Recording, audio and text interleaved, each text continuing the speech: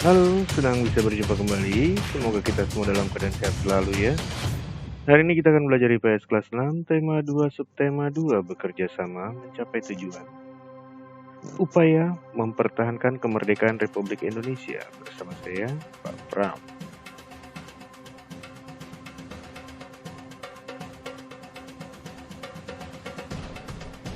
Setelah Bung Karno membacakan proklamasi kemerdekaan Indonesia 17 Agustus 1945, ternyata bangsa Indonesia masih harus berjuang mempertahankan kemerdekaan Indonesia. Belanda masih ingin menguasai dan menjajah Indonesia.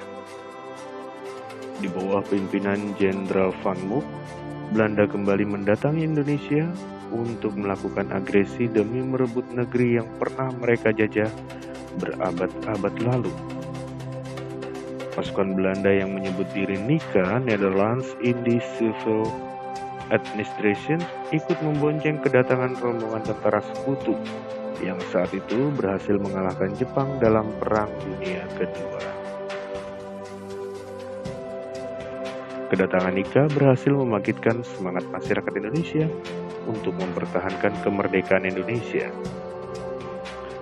Para pemuda pejuang kemerdekaan Indonesia bersedia angkat senjata dan melawan Belanda.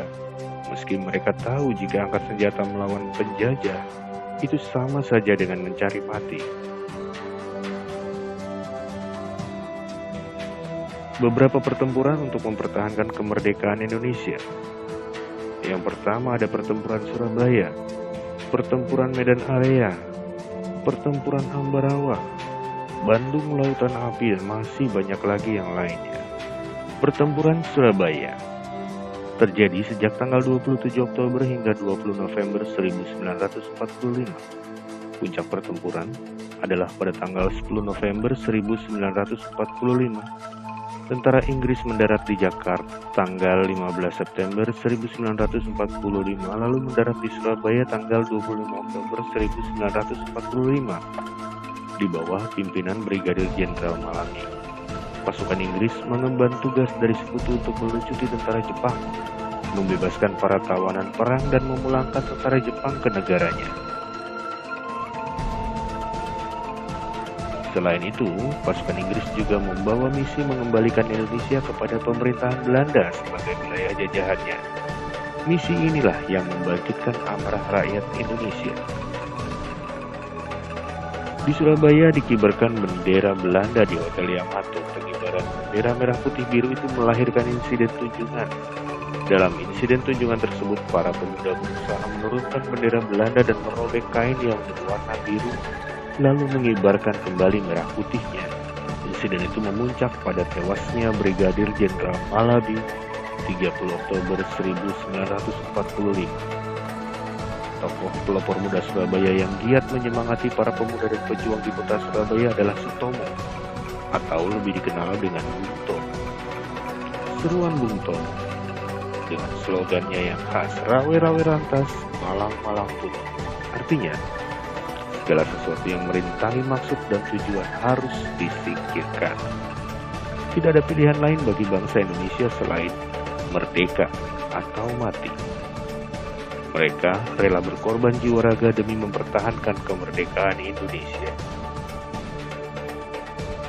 9 November 1945, Sekutu memberi ultimatum agar semua pemimpin dan seluruh rakyat Surabaya menyerahkan senjata-senjatanya di tempat-tempat yang ditentukan sambil mengangkat tangan. Ultimatum itu tidak dihiraukan oleh rakyat Surabaya. Sehingga tanggal 10 November 1945, tentara Inggris menyerang kota Surabaya secara besar-besaran dari darat, laut, dan udara. Namun, para pemuda pejuang dan masyarakat kota Surabaya tak gentar menghadapinya. Tanggal 10 November pun diperingati sebagai Hari Pahlawan. Pertempuran di Surabaya menggerakkan perlawanan rakyat di seluruh wilayah Indonesia. Di antaranya ada pertempuran Medan Area yang terjadi pada bulan April 1946. Penyebabnya, pasukan Inggris dan Belanda ingin mengambil alih kekuasaan atas kota Medan, Sumatera Utara. Penduduk dan laskar pemuda tidak menerima hal itu hingga terjadi perlawanan. Pada tanggal 10 Desember 1945, Sekutu dan Nika, Inggris dan Belanda melancarkan serangan besar-besaran terhadap kota Medan. Serangan ini menimbulkan banyak korban di kedua belah pihak. Pada serangan besar, yaitu bulan April 1946, akhirnya Sekutu berhasil menduduki kota Medan. Untuk sementara waktu, pusat perjuangan rakyat Medan kemudian dipindahkan ke Siantar. Sementara itu, perlawanan para laskar pemuda dipindahkan keluar kota Medan. Dan perlawanan terhadap Sekutu semakin sengit pada tanggal 10 Agustus 1946 di tebing tinggi. Pertempuran Ambarawa terjadi pada 20 Oktober 1945 hingga 15 Desember 1945. Pertempuran ini terjadi karena perlawanan Tentara Keamanan Rakyat (TKR) yang dipimpin oleh Panglima Besar TKR Sudirman terhadap Sekutu yang ingin menduduki kota Ambarawa dan sekitarnya, serta mengembalikan kekuasaan Belanda melalui Nika. Pertempuran Ambarawa berlangsung sengit. Sudirman langsung memimpin pasukannya yang menggunakan taktik gelar supit kurang atau pengepungan rangkap dari kedua sisi sehingga musuh benar-benar terkurung. Suplai dan komunikasi dengan pasukan induknya diputus sama sekali. Setelah bertempur selama 4 hari, pada tanggal 15 Desember 1945 pertempuran berakhir dan Indonesia berhasil merebut Ambarawa. Sekutu dibuat mundur ke Semarang. Kemenangan pertempuran ini kini diabadikan dengan didirikannya Monumen Palagan Ambarawa. Bandung Lautan Api. Pada bulan Oktober 1945, Sekutu memasuki kota Bandung. Ketika itu, pejuang Bandung sedang melucuti senjata tentara Jepang. 21 November 1945, Sekutu mengeluarkan ultimatum pertama untuk pengusungan kota Bandung bagian utara dari pasukan Indonesia dengan alasan keamanan. Namun para pejuang tidak mengindahkan ultimatum tersebut. Akibatnya terjadilah insiden antara Sekutu dengan Tentara Republik Indonesia (TRI). 23 Maret 1946, Sekutu mengeluarkan ultimatum kedua yang isinya meminta masyarakat dan Tentara Republik Indonesia mengosongkan kota Bandung bagian selatan. Demi keselamatan rakyat, pemerintah pusat memerintahkan TRI (Tentara Republik Indonesia) untuk mengosongkan kota Bandung Selatan. Tokoh-tokoh Tentara Republik Indonesia seperti Surya Dharma, Aruji Kartawinata, dan Kolonel A.H. Nasution sepakat untuk mematuhi perintah mengosongkan Bandung Selatan. Namun, mereka tidak mau menyerahkan kota Bandung secara utuh. Dengan tujuan menghentikan dan mencegah tentara Sekutu dan Nika memanfaatkan fasilitas di kota Bandung sebagai markas militer, mereka melakukan operasi Bumi Hangus Bandung Selatan pada tanggal 23 Maret 1946. Sebelum meninggalkan Bandung Selatan, Tentara Republik Indonesia melancarkan serangan ke markas Sekutu dan membuat kota Bandung terbakar api selama sekitar 7 jam. Peristiwa itu pun dikenal sebagai Bandung Lautan Api. Didirikan Monumen Bandung Lautan Api untuk mengenang peristiwa Bandung Lautan Api. Selain perjuangan fisik dengan angkat senjata, perjuangan diplomasi juga dilakukan dalam upaya mempertahankan kemerdekaan Indonesia. Jalur diplomasi dalam upaya mempertahankan kemerdekaan Indonesia. Yang pertama adalah Perundingan Linggarjati 10 hingga 15 November 1946 di Linggarjati, Cirebon, Jawa Barat. Perjanjian Linggarjati selesai pada tanggal 15 November 1946, tetapi baru ditandatangani oleh kedua belah pihak Indonesia maupun Belanda pada tanggal 25 Maret 1947. Hasil Perundingan Linggarjati.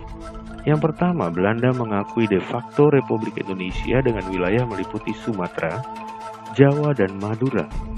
Belanda harus meninggalkan wilayah de facto paling lambat 1 Januari 1949. Republik Indonesia dan Belanda akan bekerja sama membentuk negara Indonesia Serikat dengan nama Republik Indonesia Serikat yang salah satu bagiannya adalah Republik Indonesia.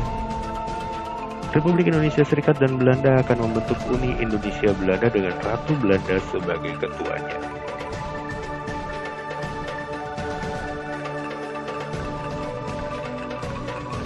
Dalam perjanjian ini, perwakilan Indonesia dipimpin oleh Sultan Syahrir dan tim dari Belanda, delegasi dari Belanda dipimpin oleh Wim Schermerhorn.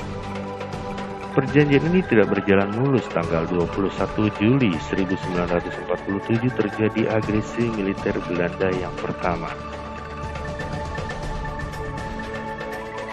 Perundingan Renville.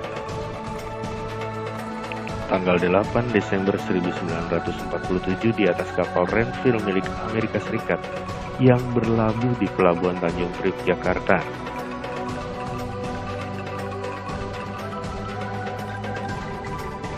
Hasil perundingannya, Belanda tetap berdaulat atas seluruh wilayah Republik Indonesia sampai kedaulatan Indonesia diserahkan kepada Republik Indonesia Serikat yang segera terbentuk.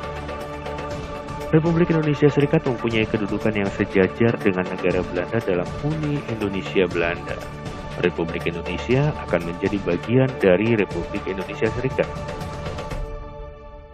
Sebelum Republik Indonesia Serikat terbentuk, Belanda dapat menyerahkan sebagian kekuasaannya kepada pemerintahan federal sementara. Pasukan Republik Indonesia yang berada di wilayah kantong harus ditarik ke daerah Republik Indonesia. Wilayah kantong maksudnya wilayah-wilayah di luar Republik Indonesia yang masih diduduki oleh tentara-tentara Republik Indonesia. Amerika Serikat mempertemukan Indonesia ini di kapal perang Renville dan perundingan ditengahi oleh Komisi 3 negara, yaitu Amerika, Australia, dan Belgia. Indonesia diwakili oleh Perdana Menteri Amir Syarifuddin, sementara Belanda diwakili oleh Gubernur Jenderal Van Mook. Perundingan Roem-Royen 14 April hingga 7 Mei 1949 di Hotel Des Indes, Jakarta. Hasil perundingan Roem-Royen, hasil pernyataan pemerintah Republik Indonesia. Pemerintah Republik Indonesia akan mengeluarkan perintah penghentian perang gerilya. Pemerintah Republik Indonesia turut serta dalam konferensi meja bundar KMB untuk mempercepat proses penyerahan kedaulatan yang lengkap dan tidak bersyarat kepada negara Republik Indonesia Serikat. Hasil perundingan Roem-Royen sebagai pernyataan pemerintah Belanda adalah sebagai berikut. Belanda menyetujui kembalinya pemerintah RI ke Yogyakarta.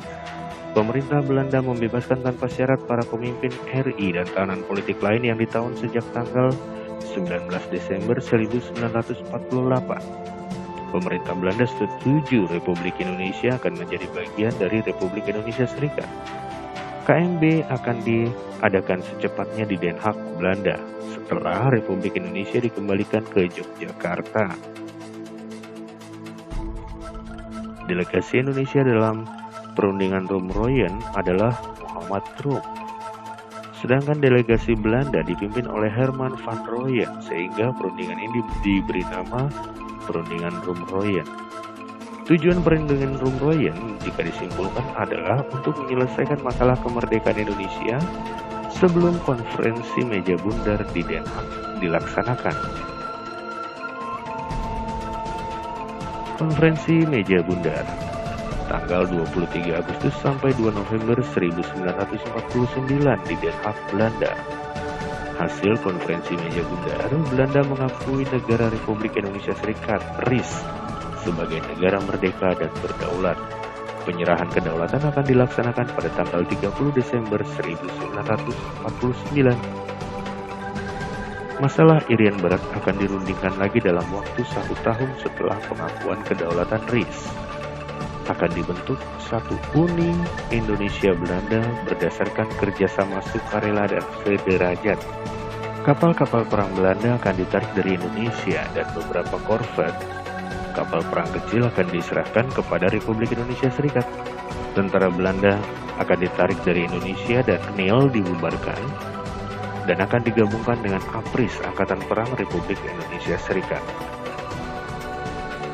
Hasil konferensi meja bundar ditandatangani oleh J.H. van Marsseven, Sultan Hamid II, dan Muhammad Hatta pada tanggal 2 November 1949. Terima kasih sudah belajar bersama saya. Sampai jumpa kembali dan salam sehat selalu.